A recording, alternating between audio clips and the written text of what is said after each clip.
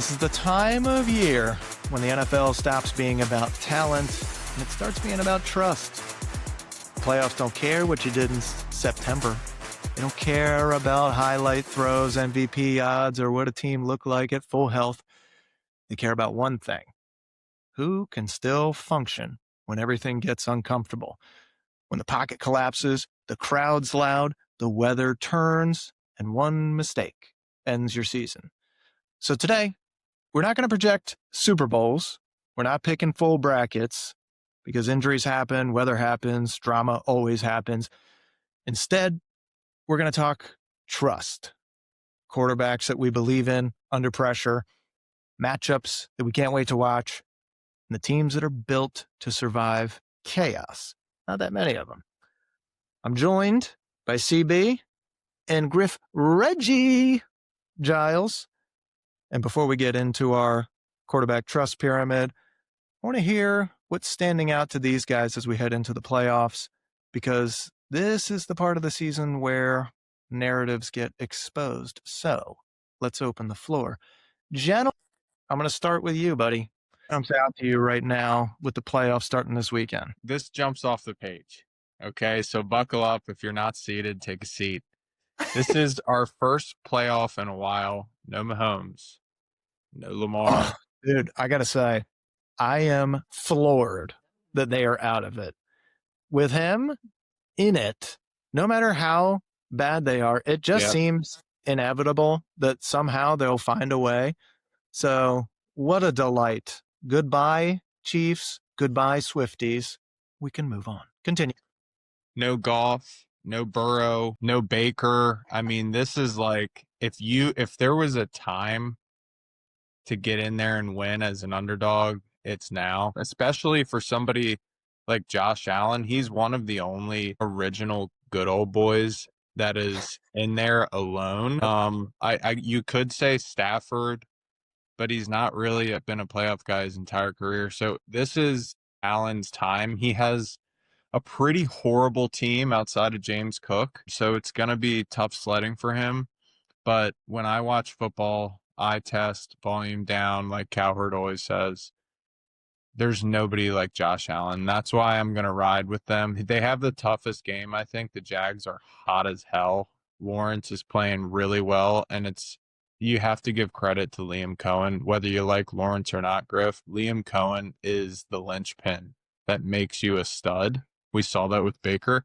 So this is a very tough week. Every game is so hard to pick. It's just like the college football games. They're all so hard to pick. I mean, there's also teams that I think, for example, I like the guy, Bo Nix. I don't see them going far. I think he's okay.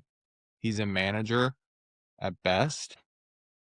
They get lucky with that first home field. When you get to play at home field all throughout the playoffs, that's a big deal, especially for a young quarterback. You're comfortable, you're in your own environment, and he's got a great quarterback's coach. But that said, I'm also leaning towards your guys' thoughts of Bo Nix, that Bo Nix is going to do Bo Nix things. He's not going to be like, I don't see that guy having a Joe Flacco-esque playoff run, you know? I don't think that he's a guy that, at least at this point in his career, inspires confidence. I think he's a guy that right now is doing better than you thought he would do, because he's a little reckless, but he's managing stuff well, as a pretty good defense. Sean Payton knows how to deal with quarterbacks. I mean, say what you will about the guy and his methods and stuff, but like, dude, he knows what he's doing, and he's got them in a place where I don't think any of us thought they would be heading into the season. I just don't believe in it. Okay, he did amazing things last year. I like stayed up late one night watching him throw to Marvin Mims. I just don't see it working out unless it's like, I don't know what year it was, 2014 or something, when he was the worst quarterback I've ever seen in my life, Peyton Manning, when he won a Super Bowl. Yeah, when they beat the Panthers. One of the teams that doesn't belong to be in there, aside from Bryce Young, in my opinion, is the Philadelphia Eagles. I think Jalen Hurts is Really? literally the same player as Russell Wilson. It actually, once you see it, you can't unsee it. That's a It's good like the call. black dress, blue dress. They're the same size. Both of them are like little meatballs. They both throw deep balls, and they're both slow. And they're both annoying in their own way. I can't stand Jalen Hurts. I think he's won because he's had this O line and a great running game, which I think they were the 50th best team in the league this year from a running perspective, which doesn't even exist. They were that bad running the ball. I I did mean, It's to say you're see. not a believer. I did they're see terrible. that a lot of people, for those fantasy gurus out there, that a lot of league losers were people who drafted two guys. One of them, Saquon Barkley. The other one was Brian Thomas for Jacksonville. Or Malik Neighbors. Yeah, Malik was up there too. Injuries are always that factor. Yeah. It's not a good year. It's going to be exciting because the matchups are good.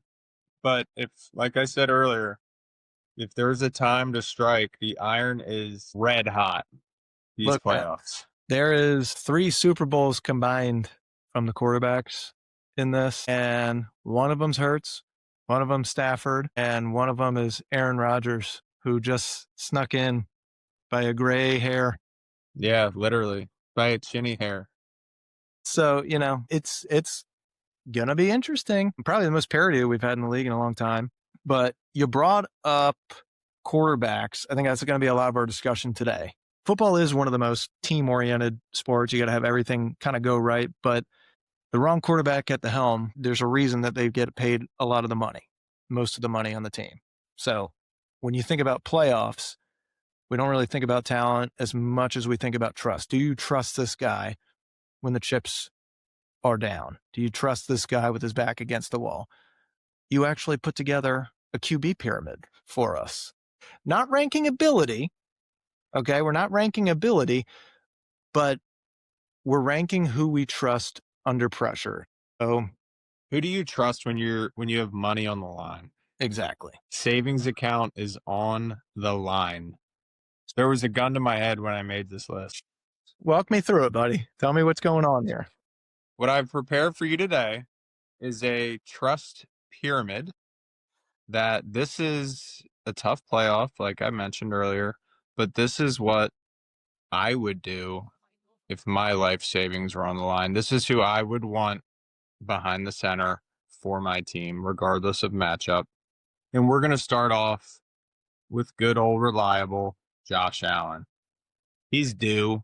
He's the best player in the entire league, in my opinion.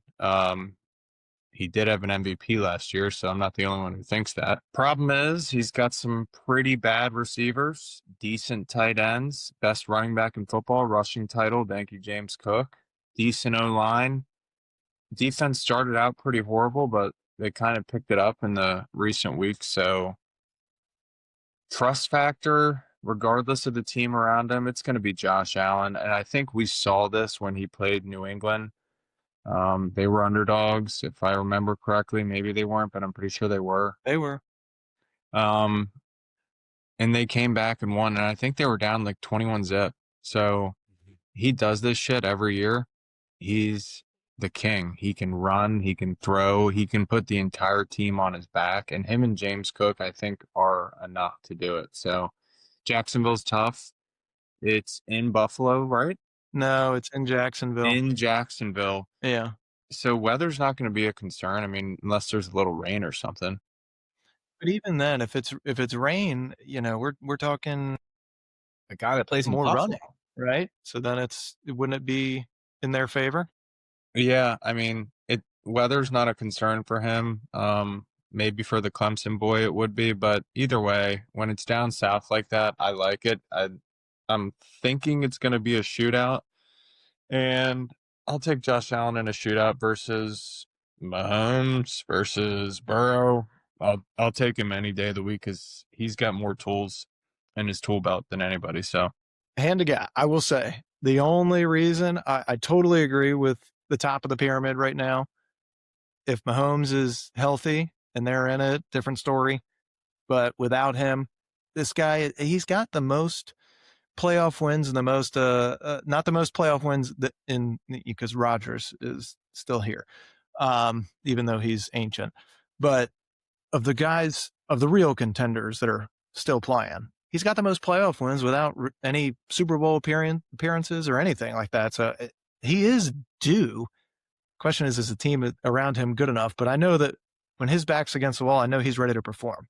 That's still the game against the Chiefs where they went back and forth the 13 seconds. I've never seen anything like that. Never in my life. Yeah. Have I seen anything. I don't know that we will again. That was the wildest sequence, but homie was ready to win that game and played like it. And it just freaking cheetah.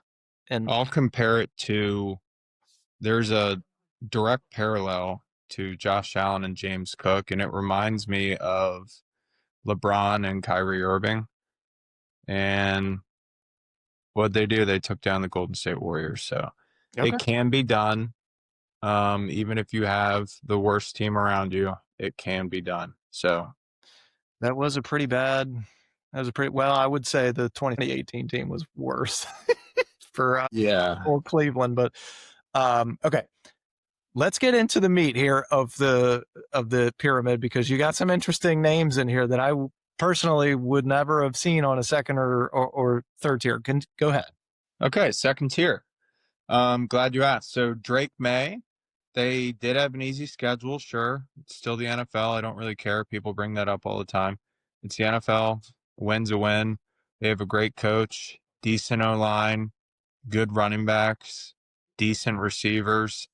He is trustworthy to me because I've seen him make every single throw this year, every run. He's tough. He's not cocky. He's just kind of quiet and composed. I trust the guy. His record speaks for itself. He's got a great record. He also has the highest yards per attempt and the best completion percentage and great metrics under pressure. So I think the only knock on him is takes maybe more sacks than they want him to. But dude, as far as a Carolina QB, shit, man, this guy is performing. I did not expect that from him coming out, but he is the truth. Much better than I thought he was. He is. He has a nice comparison to Justin Herbert, which I totally agree with. They're both humongous. You wouldn't be able to tell unless you were standing next to him, but they're both huge. They both have cannons. I love the dude, and he's tough as nails. So made a good point on Vrabel. I think Vrabel's a X factor, man. I think he might be. Yes. If he's not the best coach left, he's certainly in the discussion for it. Mm-hmm. Talk about you got a third tier there of guys that are as unproven as it comes when it comes to the playoff. You got Darnold, you got Lawrence, and you have Herbie, my boy. So Herbert. My thought here was best player in the league first. Second tier is the two MVP guys, two top candidates. Probably going to Stafford because he's just impeccable at throwing the ball. I saw that he gave the three best seasons to receivers like ever with Calvin, Cooper, and now Puka. So it's like, dude, this guy's unbelievable. But he can sling it, man. The next row, Herbert, same thing as May, dude. I might as well just record what I just said and say it for Herbert. Tough as nails, bomb, can run, can make every single throw, composed. I trust him. He's due. He had a really bad game last year. And even though his team is down, I trust him. I didn't think they'd get into the playoffs this year because of all the injuries they had. They paid a gazillion dollars to their offensive line, and every single guy got hurt. They even had to pick up a guy from the Saints who practice squad. So I don't even know how they're doing it, but whatever they're doing, it's because of him. So, dude, how is this team every single year with the chart? I feel like for 20 years, it's been the most injured team of my lifetime. I don't know what's going on there. Yep. It's got to be the field or something. I don't know what it is, but I mean, one guy blew his eye off in the offseason. Continue. Sammy Darnold, only player with 2 back-to-back 14-win seasons besides Tom Brady. He can move in the pocket. He can make every throw. That's why he was the number 1 prospect coming out of high school. Pretty sure he was like top 5 coming out of the draft, if not better. He was. He was. He was just a youngin'. He was 20 years old getting drafted. Yeah. Yep. So say what you want about him. He did have a rough start in the NFL, but ever since he got the right coach, the right manager, and the right mentor, he's just gone above and beyond and shown me that you can trust him. And he's also tough as hell. Even though he was down versus the Rams earlier this year, like 2 picks right off the bat, he stayed composed. He came back and won the game 38-37. That showed me enough there. And he's surrounded by a team of elite talent, probably due to the fact that he's not a max salary guy. So they had money to go spend elsewhere. They draft really well. I just think it's a great program. So What I love them in this playoff run. I really do. And it's, it's easy to love the 1 seed that you got to play at home. Everyone knows the 12th man. That's got to be one of, if not the hardest places to play. JSN's had a monster year. They got 2 running backs that are good. They got fast corners. They got speed. They're dangerous. And their coach, defensive-minded guy. I think the 3 guys that, to me, it looks like you like a lot with like May and Herbert. They've got that coach with the defensive mindset too, and he's got that with Darnold. So that they'll be an interesting play. Yeah, I agree. It's a miracle Josh Allen's even up there because he has no coaching staff either. So he's that good. Just goes to show how good he is. He's so good that they're terrible everywhere else. And the owner of the franchise said, we're going to get another stadium. We're doing it. We're doing it. Only because this guy's got a freaking cannon. Freaking cannon. Let me go over to Trevor Lawrence. Oh, boy. So I don't like him. I think he's already got CTEs and nutcase. He speaks like a weirdo. I would never hang out with the guy. Like, never. I don't even like watching him, to be honest. But he wins games. He is big. He is tough. He's got like the same body type as May and Herbert, maybe a little skinnier, but he is like sneaky big. He's sneaky big, and he's huge. His mindset is like this tough guy mindset, even though I don't see him as a tough guy, but he has a great coach behind him. Therefore, I trust him. If he didn't have Liam Cohen in the season he's had, he would never be on this list, but I trust him from what I've seen this year. I mean, he's just stood in the pocket and been a freaking animal, and he's been running it a lot too. So, man, well, I tell you, I talked a little bit before the pod about this, and I'm a hater, and not of Trevor Lawrence. He doesn't do anything for me, but by nature of my hater DNA, I am not a believer in you until I see you do it, and then something in my mind will be like, okay, fine, he can do it. So. Literally, all the guys that you have listed are on that list for me because I've seen Darnold fail in the playoffs. I've seen Herbert not be Herbert in the playoffs. I've seen Trevor Lawrence do really good things and then god-awful things.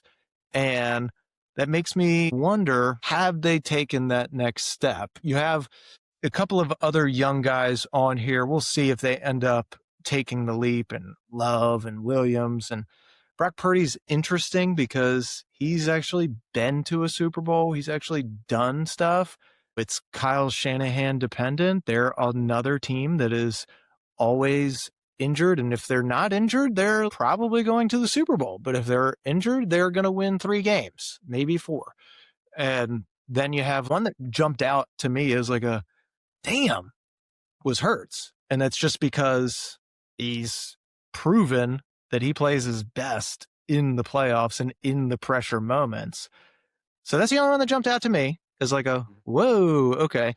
Is there anybody on that list that you have on the bottom tier that's got a chance to jump up in a big way? Knicks. I've seen everything I need to see with Stroud. He's got all the tools. all the tangibles and none of the intangibles. I think he's a dud. Everyone's like, oh, I love Stroud, dude.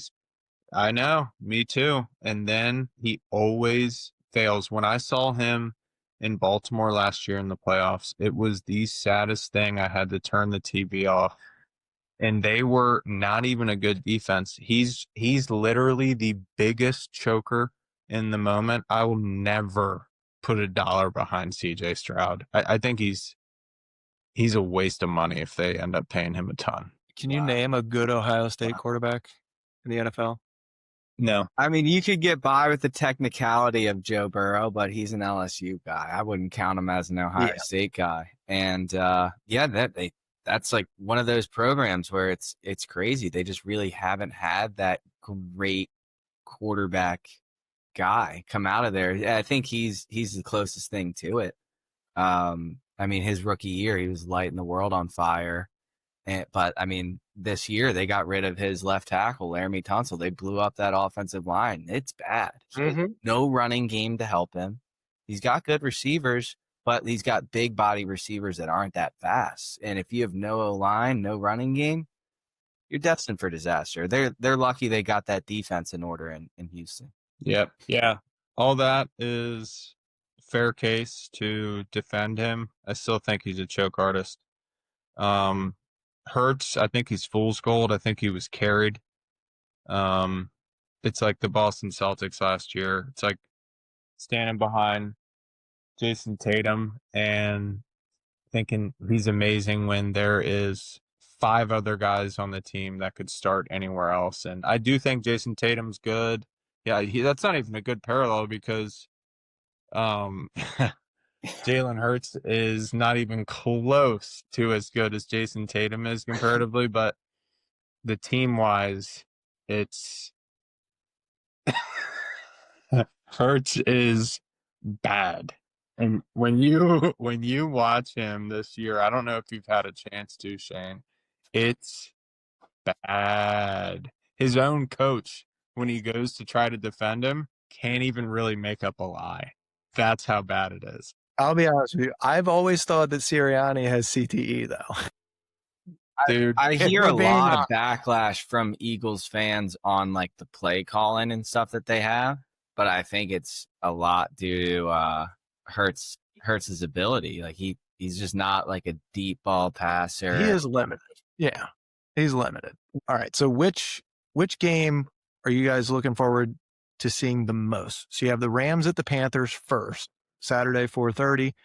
You got Packers Bears at 8:00 that night. Sunday, you have Bills at Jags at 1, Niners Eagles 4:30, Chargers Pats Sunday night, Texans Steelers Monday. I could give a rat about Texans Steelers. I don't care who wins that game. That is like the toilet bowl.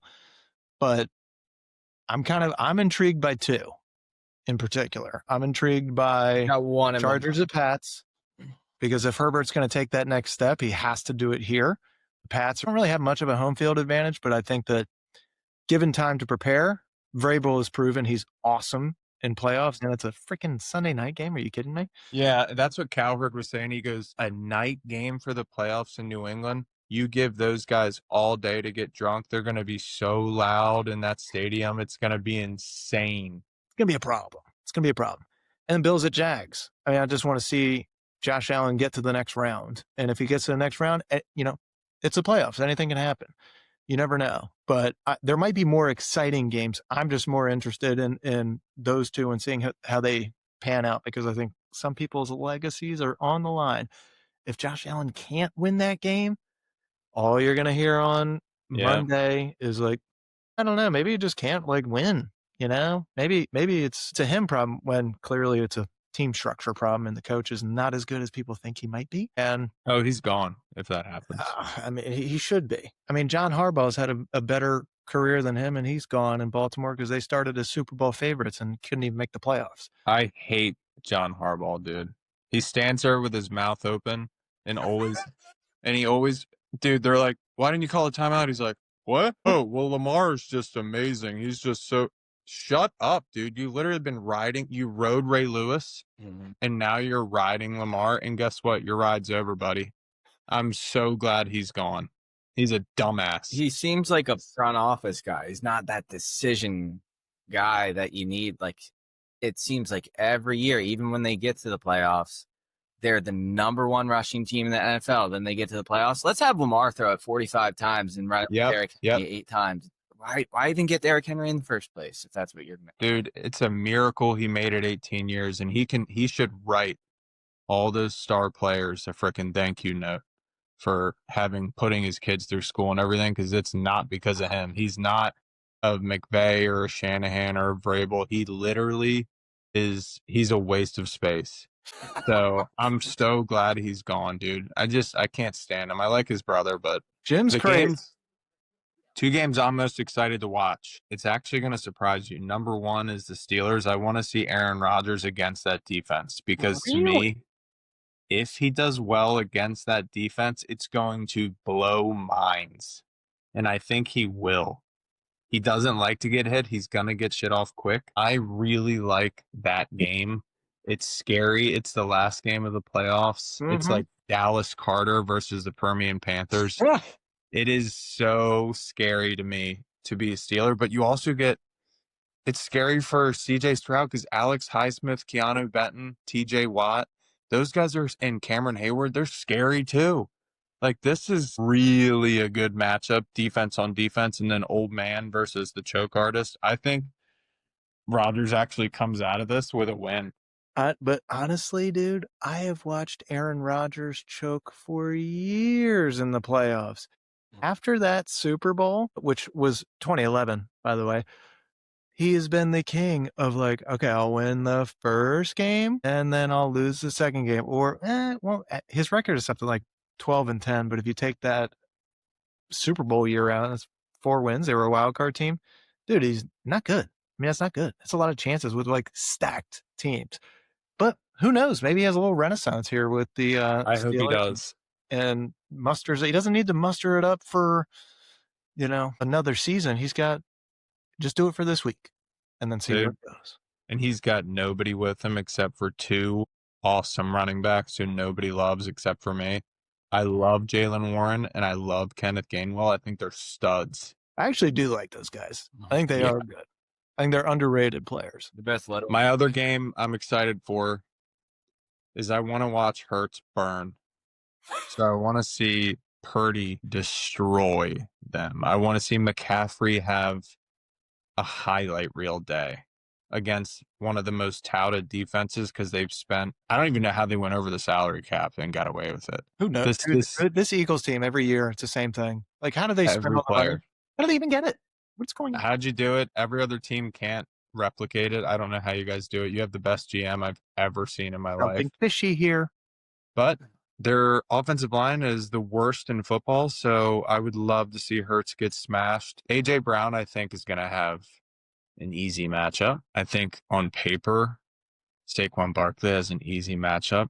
But with that O-line, I know this defense is bad, but Salah's always sending blitzes. I can just see Hurts getting frazzled. Well, we'll see, man. I feel like the Niners and Eagles end up playing it's like every other year in the playoffs, so I don't feel like it's like a new matchup, even though there's new guys there. Interesting, though. Griff, what about you? Favorite one. I can't believe you guys didn't say this because it's new. It's rare in our lifetime to have seen the Bears in the playoffs. They're a 2 seed. They're at home, and they're playing all-time rival Green Bay. It's the oldest NFL rivalry. It just means that it's Caleb Williams' first shot at saying, I agree. Hey, no, I am the number 1 pick. I'm good. And he's had that type of year. They have a lot of talent on that roster. And Ben Johnson, he's coming with something to prove. A lot of people are like, oh, how did Detroit not make the playoffs? What's going on? But was he really the mastermind behind all that? He seems to be doing great with Caleb Williams. And then the Packers, on the other hand, that's a team that was a lot of people's preseason Super Bowl favorite. And they're one of the few teams that were a preseason favorite that's actually in this, because you got the Chiefs, the Lions, the Ravens, teams like that aren't in. They're one of those teams. They somehow snuck in. They could be dangerous. That's a team that could go on their own. I agree. I like that match. I like that game. And I really like Caleb Williams. He grew on me a lot. He's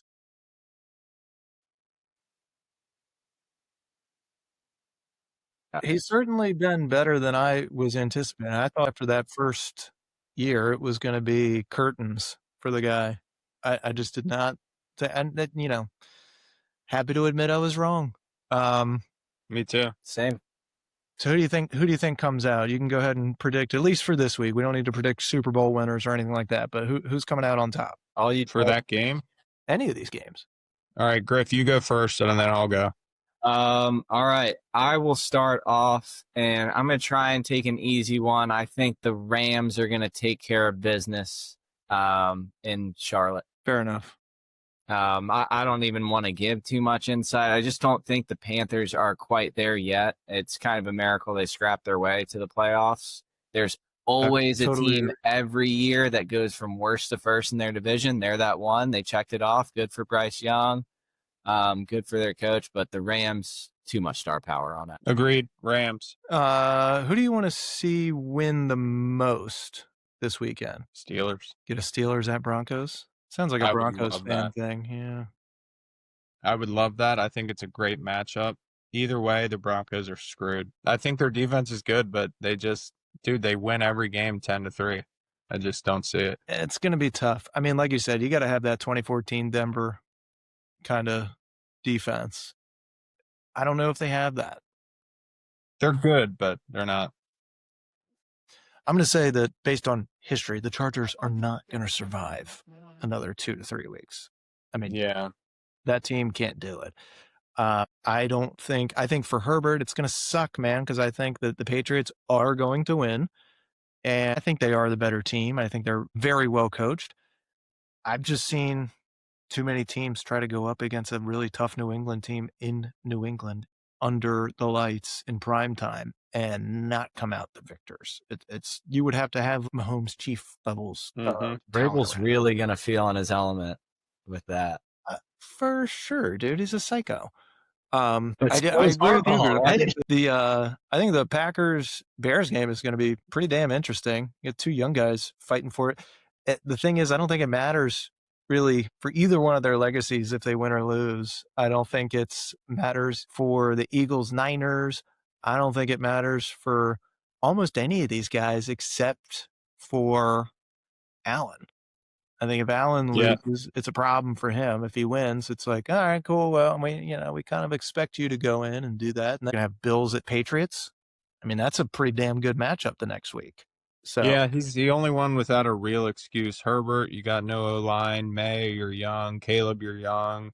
Love, you lost Micah Parsons. Eagles, you won it last year. San Francisco, you have 3 injuries right now with Trent Williams and Pearsall. Panthers, you're going against a juggernaut, and you guys are a losing team. And Steelers, Texans, if either of them lose, no one's going to freak out. No. I mean, they're both fine. I think the coaches are fine. I don't think anybody there is really on a hot seat. I think McDermott's probably on the hot seat. He's hot as hell, dude. Hot as hell. I don't think anybody else. I mean, maybe Sirianni a little. Maybe. All the other guys, I think they're fine. Jim Harbaugh is pretty new to the Chargers, and I don't think anybody was. I think maybe they were expecting playoffs, but I don't think Super Bowl yet. D'Amico Ryans, no. McVay's set. I think it's a freaking miracle that the Panthers made the playoffs. So he's not going anywhere. The Seahawks, I mean, they're intriguing. I'd be curious to see. I think you get divisional matchups next week that could be pretty interesting. And if everything goes as I'm predicting, Rams, Seahawks, you get Bills, Patriots. I think I'd rather watch that than Steelers, Broncos, or Bears, Niners, or whatever. But that's still 4 damn good games. You know what I mean? Still damn good. All right. Well, we're going to take a quick break on this, and when we get back, we're going to jump into college football playoffs. How about that, Griff? It's your time, baby. Let's go. Be right back. Why we do it. All right, guys. If you're enjoying the open floor, or really any of our podcasts, they're all part of the Housecats podcast network. We got shows across sports, movies, business, and culture. there's more stuff coming this year, all under one roof. It's all built around thoughtful conversation and the best part, making people laugh. So if you like this, make sure that you're subscribed to the Housecats podcast network, wherever you listen and watch. All right, back to it. Okay, we are back. Football in general, full of parity this year at all the levels. College, especially. What a freaking year. Did not think that we'd have Indiana and Vanderbilt football on the docket, but here we are. We also have snubs.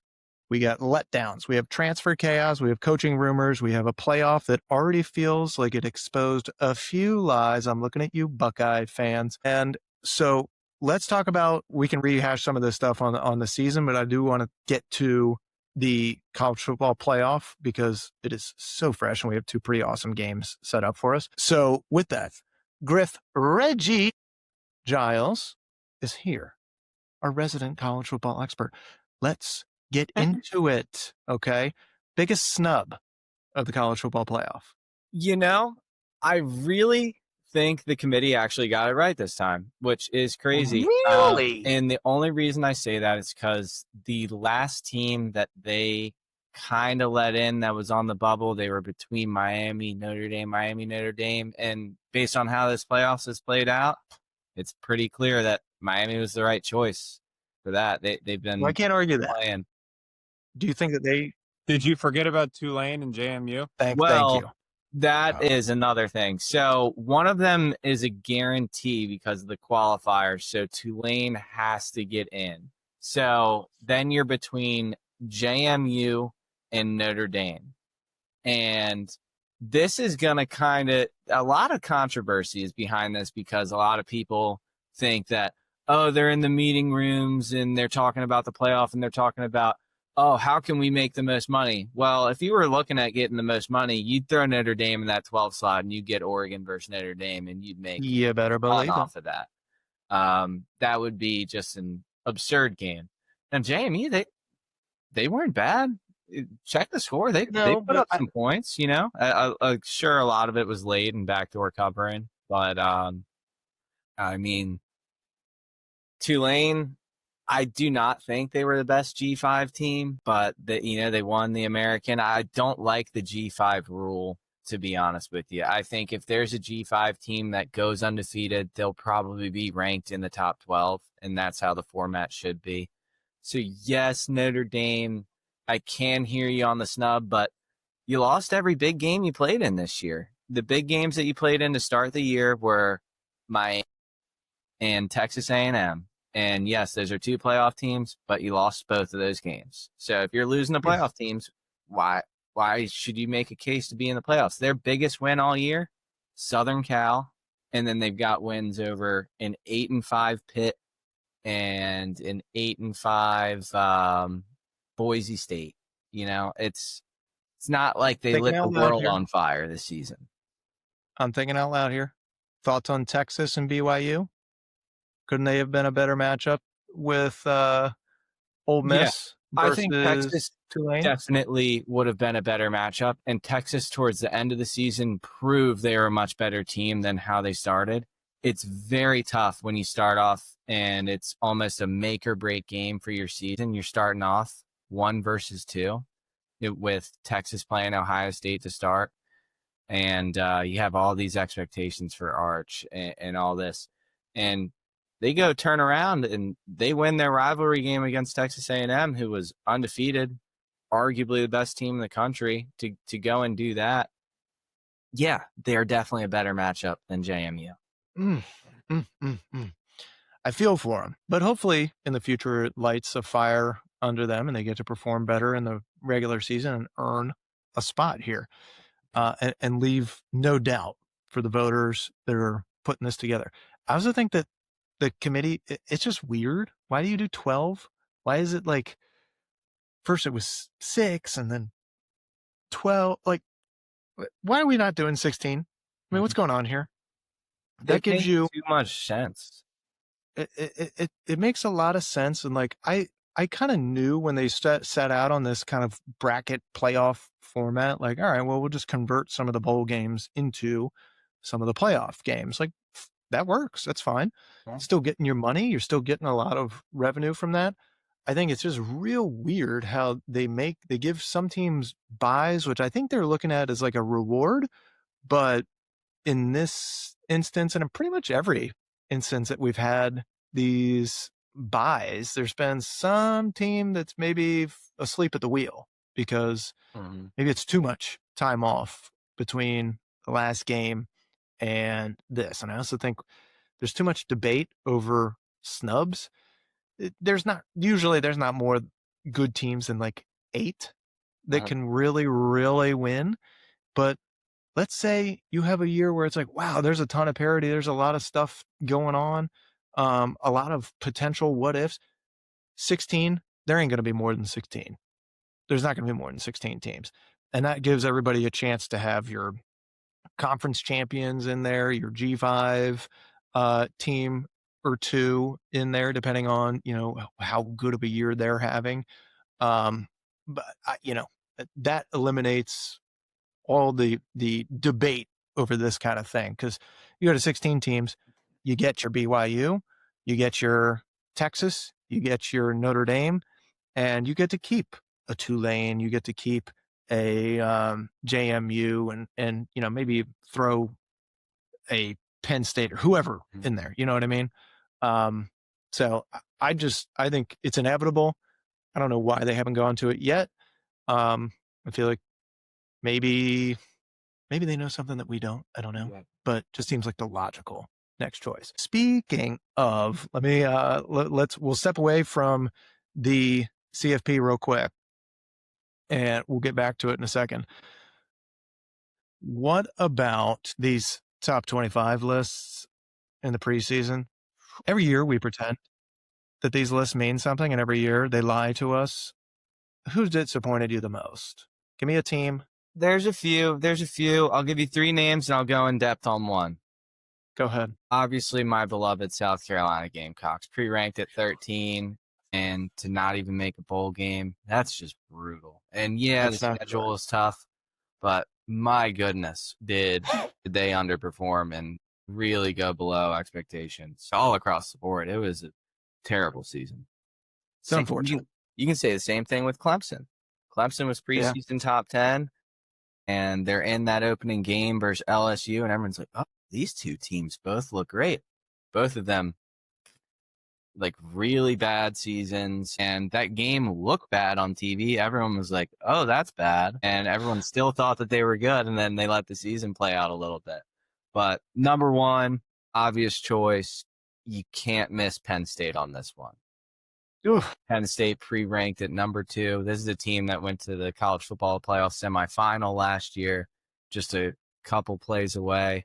They returned a lot of talent. You have a big coach. You got all this NIL, and you lose a tough game to Oregon early in the season in double overtime, and then you lose another game to UCLA at the Rose Bowl. Like, that's a major letdown. And then you lose to Northwestern. Can't do that.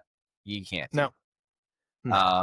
So I get their decision to let go of him. I don't agree with it, being that he just took you to the college football semifinal the year before. He's great with bringing in recruits. But yeah, I'd say that's by far the biggest letdown is Penn State. What do you think it was? My impression of Franklin is he's an excellent recruiter, but not a guy that is tremendous X's and O's and not a great game day guy. I mean, there's plenty of coaches that are phenomenal recruiters, and game management might be their issue, or schematically they're just one-track mind. Like, if it doesn't work in my scheme, then I don't know what to do. What is it about him or Penn State in general? I think you're hitting it on the nail there, where yes, he's a great recruiter. He's a great motivator.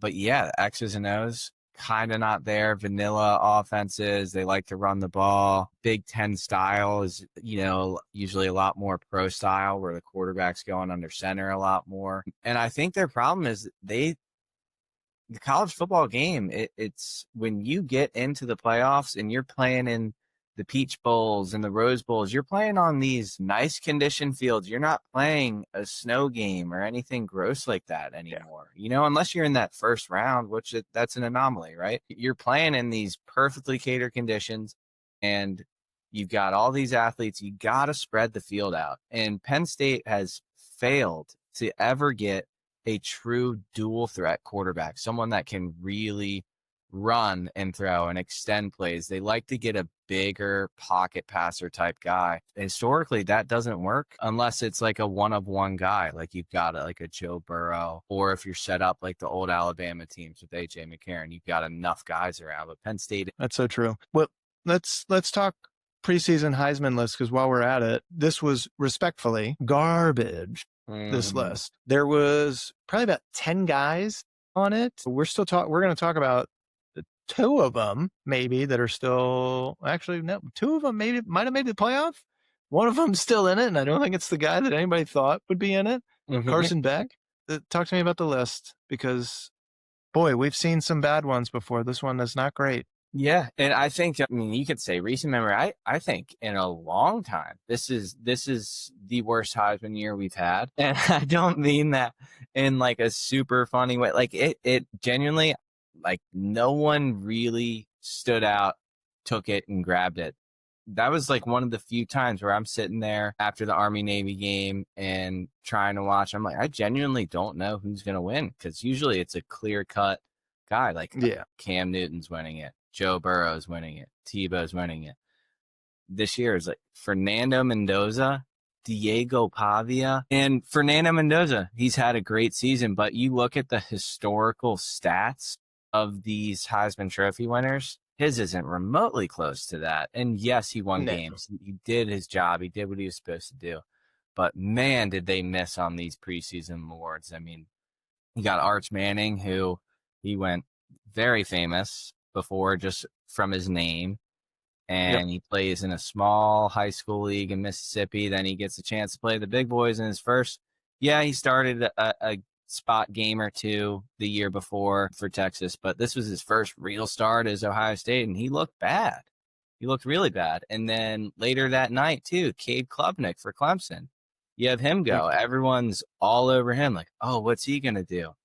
Horrible. He's just like, I don't know if you guys watched his tape from like the Carolina Clemson game the year before. He's not like a great quarterback. He doesn't have that instinct. By the time a guy has enough starts, you know what you got in him. You know, I think if you give a guy 2 years worth of college starts, you know what you got. It's his third year. You're not going to take that huge progression jump usually. A lot of people thought that was going to happen with him. Garrett Nussmeier, LSU, another example of just people throwing a name on the board because they're the quarterback on a big name team that they think is going to be good. And they need that team success to kind of get there. Just didn't have it for those big name brands. No. Well, I mean, speaking of LSU, Brian Family Kelly gets ousted, and Lane Kiffin takes over. Thoughts on that one? Interesting departure. Situation's been bonkers from the get-go. I mean, all season long, Lane Kiffin's playing these games. When that job opened up, everyone knew it was the number one job. And it's one of the most crazy college coaching carousels I think we'll ever have, because you had jobs of LSU, Penn State, Florida. Those are three absolute tier 1 X jobs that people would jump at. And you know, a school like Florida or a school like Penn State might not get their guy is a crazy, crazy thing to think about. LSU got their guy. It was an ugly departure from Ole Miss. Pretty unique in the contract of Lane Kiffin's with LSU that he's going to get paid for every Ole Miss win in this playoff. So with Ole Miss's win over Georgia, he got a $500K bonus just for watching it on his couch. Let's go, bud. Which is awesome for Lane. But Lane Kiffin and him signing with LSU, I remember seeing that on my phone, and there have been very few alerts that I've gotten in my day where I'm like, oh, wow, this is big. The last time that I think I felt that was when I saw KD sign with the Warriors. I think that's how big this is, because LSU, they have all the resources. You have that rich winning tradition. You got the crazy fans. You're in the best conference. You have all these former pro guys that are just representing LSU at the highest level. If you look at the best players in the NFL, most of them are from LSU. It's pretty crazy. This is a guy who he has swag. He's not afraid to tell you how it is. He fits them perfectly. And with the new style LSU, since the Burrow regime there, it's kind of turned into, and then you have Jaden Daniels, it's this offensive prowess where it used to be back in the day, this defensive thing. So he fits their modern scheme for today's college football. And yeah, it's just a scary world out there knowing that you can have a team that is still alive in the college football playoff, a top 4 team, and you can leave them because you don't think you can win. It's either that or he says, look, even if I can win here, I'll never get the same amount of money and resources that I would get at LSU, and I'll never get the same acclaim that I would get at an LSU. So screw it. Yeah. I mean, he bounces around it more than anybody else that I've seen in recent memory, but he's also probably their best coach that they've had in my lifetime. I know Ed Orgeron won, but I think everybody is like, well, he kind of had the keys to a Ferrari there. Yeah. And, he just needed to not crash it. But with even like Les Miles, that guy's just a kooky weirdo. You have Brian Kelly. I've never had any respect for. I don't think he's a good human. And that was never a fit. Him and LSU. Never a fit. I don't know why they did it. They need a guy with confidence and swag. And that is something that Lane Kiffin, he does bring to the table. He fits it. That he does. And the door is wide open. LSU, year in, year out, they're going to have a top 5 recruiting class. Year in, year out, they're going to dominate the transfer portal. They have the resources there. It's going to be a loud, tough place to play. And it's an interesting college football landscape right now since Saban departed. You've only got 3 active coaches with national championships. Dabo Swinney, and we've seen Clemson kind of start to regress year after year. Yep. Got Kirby Smart at Georgia and Ryan Day at Ohio State. Those 2 aren't going away. But if you got 2 teams and it's a 12-team playoff, you got a chance every year to make something special in Baton Rouge. It is. Like Kirby Smart, I look at, and I think that guy is a football coach who eats, sleeps, and breathes it. I look at Ryan Day, and I think he's like a science teacher. I don't look at him like he's some great football coach. I think he just fell into the right job at the right time, and it's hard not to win there, right? That's how it seems to me. It seems like it's the easiest job in college football. There's probably 5 to maybe 8, but definitely 5 programs that think they should be winning a national championship every year, whether it's realistic or not. And that's your LSU, your Ohio State, your Penn State for some reason, even though they haven't won since Paterno. You have Alabama, Michigan, and Bama. I mean, those schools all think that now if we don't win the championship, this is like a dock against you. And it's like, dude, only one team can win it every single year. And now with this NIL component to it, it's just it's wild, man. It's very interesting. So we're already kind of seeing transfer and coaching moves. We highlighted Lane.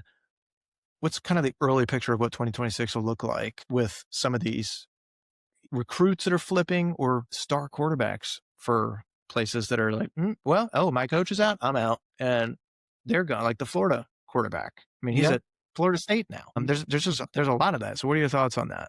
There's been a lot of crazy changes, and there's still a bunch of big dominoes to fall because with these 4 teams left, there's going to be guys from these teams that are going to hit the portal too. That's true. It's just inevitable. And ADs are in a very tough spot right now, especially with how I mentioned earlier that this was the craziest coaching carousel of all time. I think as a South Carolina fan, after a 5-7 year, that's probably a year you do tire away from your coach. I personally wouldn't. I love the guy, but that's what you would do. But in a cycle like this, you see all those open jobs. You don't want to settle for the 7th, 8th, 9th best guy available. You want to get your guy. So I think a lot of teams that stuck with their guy, it's going to help them with transfer portal retention. That said, there's a lot of teams that are having a lot of crazy turnover. And some coaching changes that I love that seem to be working out early with their commits and that they're getting along hype wise. James Franklin and Virginia Tech. He's stolen a lot of guys from Penn State already, which that's like a match made in heaven for him. You're in the ACC, weaker division. Expectations aren't super high, where every year at Penn State, this guy's getting 8 or 9 wins, which he's teetering the line of what they want. You get 8 or 9 wins every year at Virginia Tech, you're the man. You're the man. Right? Exactly. Matt Campbell at Penn State, too. I think Penn State, they found their guy in that void. This is a guy who, Matt Campbell was the coach at Iowa State, and he's been there the last few years. Iowa State, before this guy took over, not a historically good program. He's had them ranked several times in competition for Big 12 titles several times. Yeah. He's a good fit. He's already getting some names over. And then there's some interesting ones that I think are fun.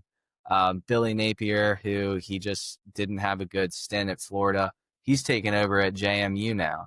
And it's like, okay, he could just be the king of the group of 5 world. Yep. And then you've got another guy, too, that made a similar jump, is Brian Hartline, the famous NFL wide receiver. He's been the Ohio State wide receivers coach and co-OC there at Ohio State. He jumps to South Florida. Could be interesting to see how he does there if they get enough resources. Speaking of crazy coaching moves, you've been following the Michigan guy? Yes. Sherrod. So I actually have them on my list of the 2 coaching hires that I don't like. One is John Summerall from Tulane going to Florida. I just don't think it's going to work out. It doesn't seem like a fit to me. Tulane was kind of that they're in the American Conference, but he kind of took them over. They're already established. It's like it's kind of like if someone were to take over Boise State and do well. It's like they're already kind of set up for regular consistent success. Yeah. They kind of own that little world. But yeah, they just hired a 66-year-old coach to replace Sherrod Moore. That whole thing, how it went down, is crazy. I mean, you go from winning a national championship to 2 years later, you're blowing everything up. It is crazy, man. I think they're probably going for stability, and it takes a pretty special person to take over a role after controversy like that. So kudos to the 66-year-old. You're taking one for the team there, pal. Don't know how long he's going to be in that role, but God bless him. Guy's got to bleed maize and blue to do that. He's going to bleed it. I don't think college football crowns the most stable program anymore. I think the NIL has kind of busted that up a little bit, but the ones that can adapt the fastest and retain better than others are probably in the best position. And I honestly couldn't even tell you what Indiana football looked like. And now all of a sudden they're a number 1 seed in college football playoff. With the Heisman Trophy winner, they just won a Rose Bowl. Dude, like what is happening? Basketball school.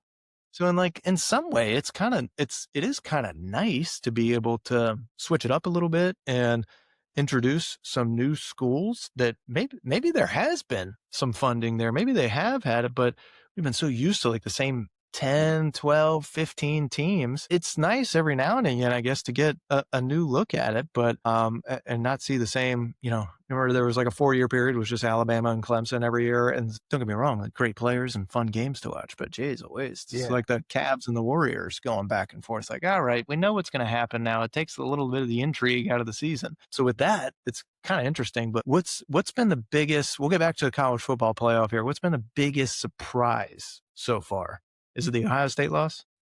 I'd have to say that Ohio State loss is probably people's biggest surprise. My favorite surprise, and what I think was the best game to watch, is Ole Miss beating Georgia. I mean, to do it without Lane Kiffin, really got to give a lot of credit to those players being able to be mentally tough, stick through that. All this like media hype's all on Lane Kiffin. Everybody's counting you out. Their quarterback, like, what a story. This guy, 0-star recruit, goes Division II, wins the national championship, transfers to Ole Miss knowing he's probably going to be the backup, works his tail off. outbeats this guy. Just an incredible story, very easy to root for. He announced he's going to try and come back to Ole Miss next year if NCAA grants him a waiver eligibility.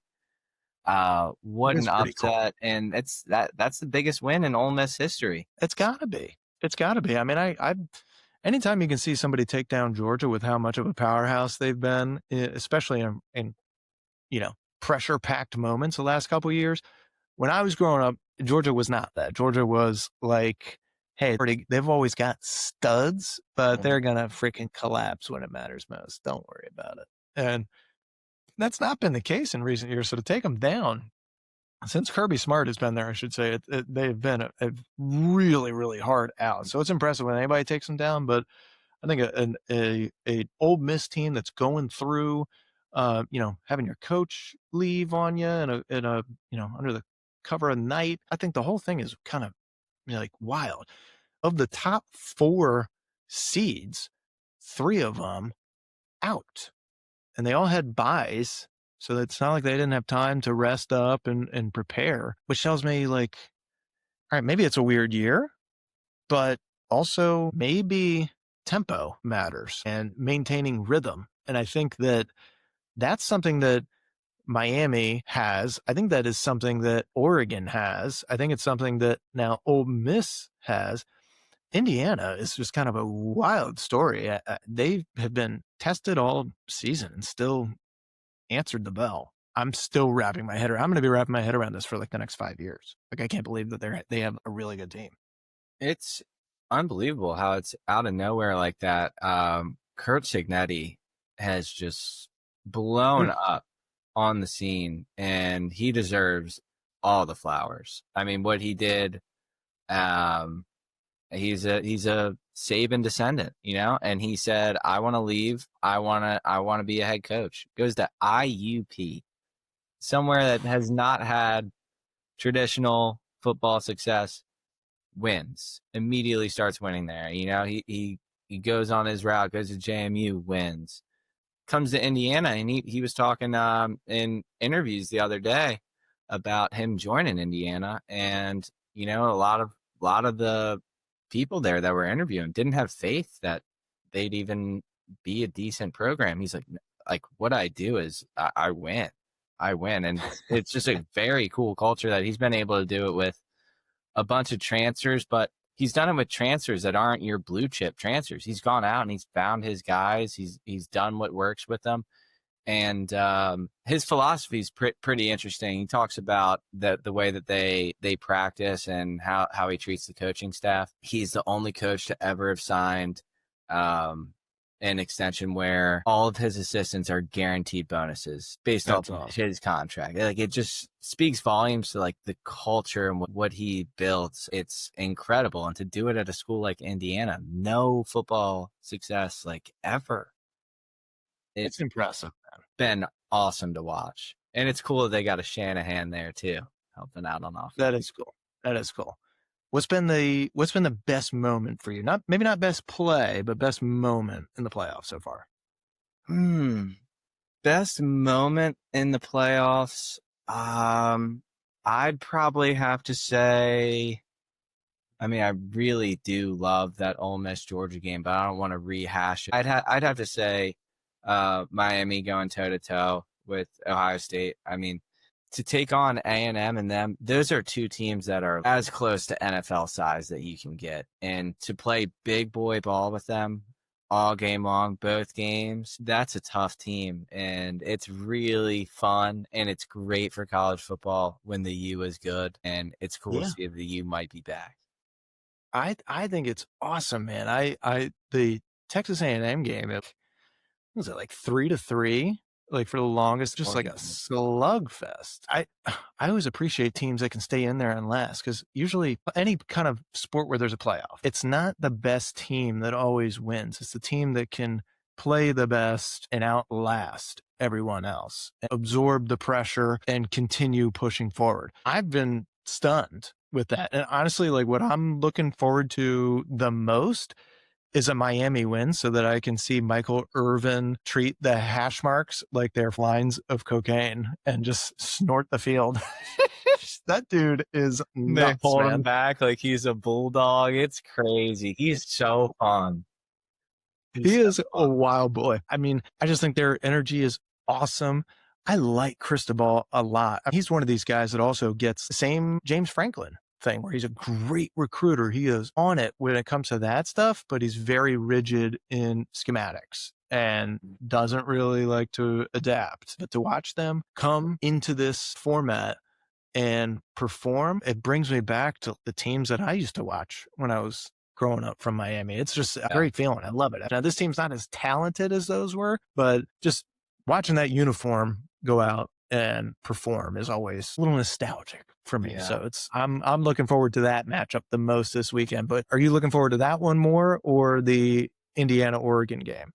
Yeah, I love Cristobal and the Canes. I love them. Like those are the two teams, and to me, where I love watching their kind of Cinderella run, and they both have great stories. So the storylines behind that I love, but Indiana versus Oregon, that's definitely like the best game. I mean, you've got what is the number one team until proven otherwise. They're the number one team, Indiana.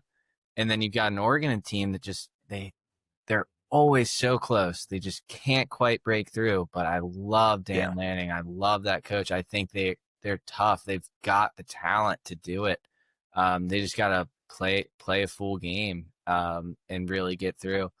So I would definitely be looking forward to that game a little bit more. I think the winner of that game probably has an edge over the other in the championship, but I think all four teams kind of have an equal chance, and it's such a cop-out answer, but I really do think these are the four best teams left, especially by the way they've played.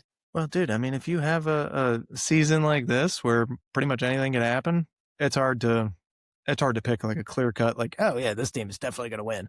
Mm-hmm. So, I mean, it remains to be seen. So you have the Ole Miss Miami at 7:30, and then you have the next day, you got Oregon at Indiana. Which is weird how they decided to chop up the timing for that. That's something I've always had a problem with college football. Like, why is the championship always on a Monday? Like, they just cater to the NFL a little bit. It is weird. Like, I know they're trying Saturday's your not to, day. Do it on Saturday. Exactly. Give them 2 weeks off or something like that. You know, it doesn't have to be some bizarre Monday scenario because it's always like Monday night and like we'll kick off at 10 o'clock. It's like, okay, who's watching this game? Jesus. Yes. Yeah. It's the worst. Okay. Little fun before we jump. Reggie, you big on the college football experience. Huge. It's why you're our resident expert here. Give me your favorite fans of the season. They don't necessarily have to be winners here, but they got to be winners here in your heart. Definitely winners here. You mentioned one of them, Michael Irvin. I mean, what a fan. That guy, get him on every sideline pass for a Miami game. He's bringing Inject him in my veins. back. Oh, my goodness. One that is hilarious is Oklahoma State. They've had a tough last few years. They let go of their coach, Mike Gundy, who has some legendary pressers. Tremendous pressers. Oh, But I'm a man. I'm 40. Popularized mullet. Brought it back. Yeah. And he inspired my mullet that I got going right now. So they've had a tough year. And they're playing the University of Houston. Houston's ranked. Houston's kind of beating them up. Final score ends up being 39-17. This place is empty except for section 213 up in the bleeds. You got a bunch of bros just having their shirts off, hanging out, and it's just guys being dudes, loving their team, win or lose. They still are standing by their guys. So yeah, got to give them their flowers.